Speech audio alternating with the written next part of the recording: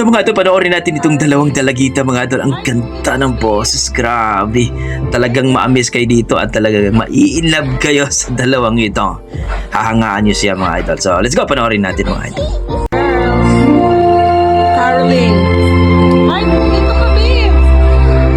Hi, girls. Ang gaganda ng mga batang to.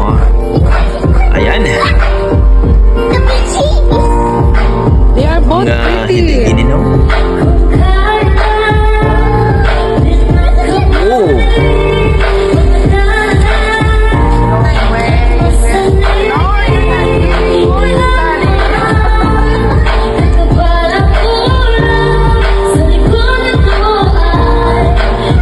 Gaganda nila, daddy, oh.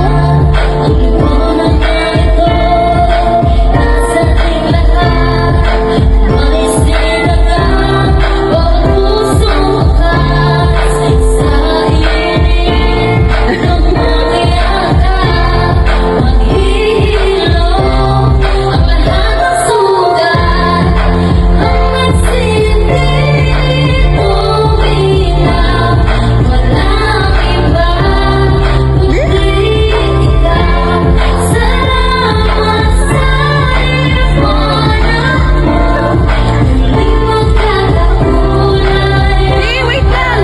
Heart, come here.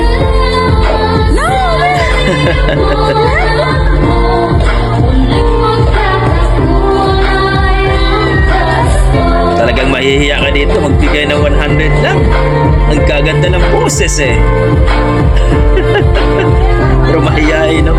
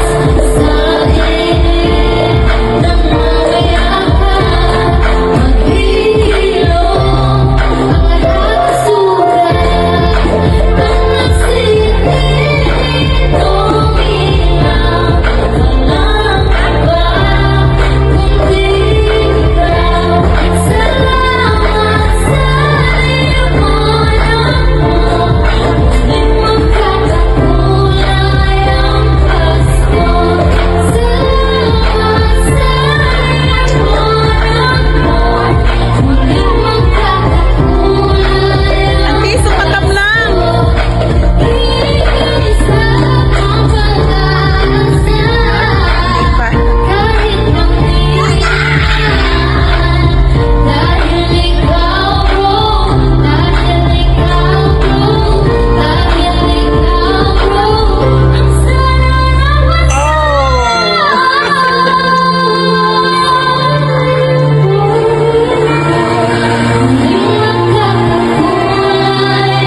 Pambalip sa liog to ali.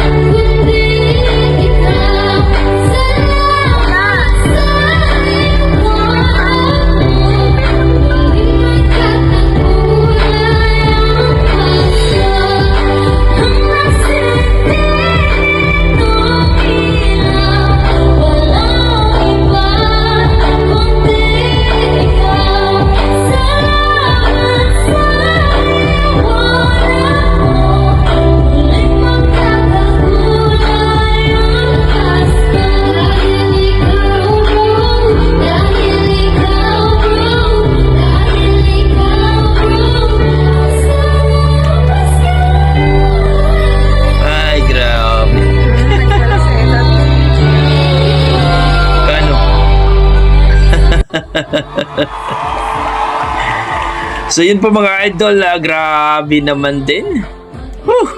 Ang lupit. Sa araw ng Pasko ba yun yung title na yun?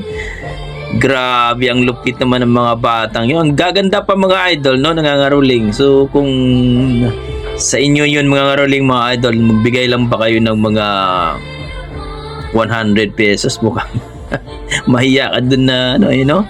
Effortless din talaga. Ang galing at talagang grabe, wala akong masabi. Dalawang batang ito. Ang galing sa kantahan. Ibang klase mga idol. So kayo mga idol, ano masasabi nyo sa kanilang performance, sa kanilang rendition, no? Sa dalawang batang ito na nangangaruling.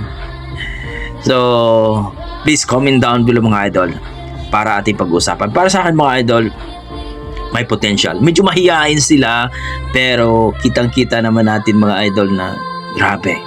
Ang ganda ng mga boses at talagang siguro nahiya lang pero masasanay din sila. Kumbaga, yun ang first move nila, no, na hindi sila mahiya, lalong-lalo na mag-perform kung sakali sila ay mag-singer na talaga. Yung mga batang yun. May potential. At talagang, siyempre, bukod sa maganda ng bata, talagang ang gagaling ng mga boses. So kayo mga idol, please comment down below mga idol kung ano po ang inyong mga opinion sa dalawang batang ito nangangaruling na talagang ang gaganda ng boses. Okay, maraming salamat mga idol. Ingat po kayo lagi at please don't forget paki-follow po sa atong or paki-subscribe sa ating YouTube channel.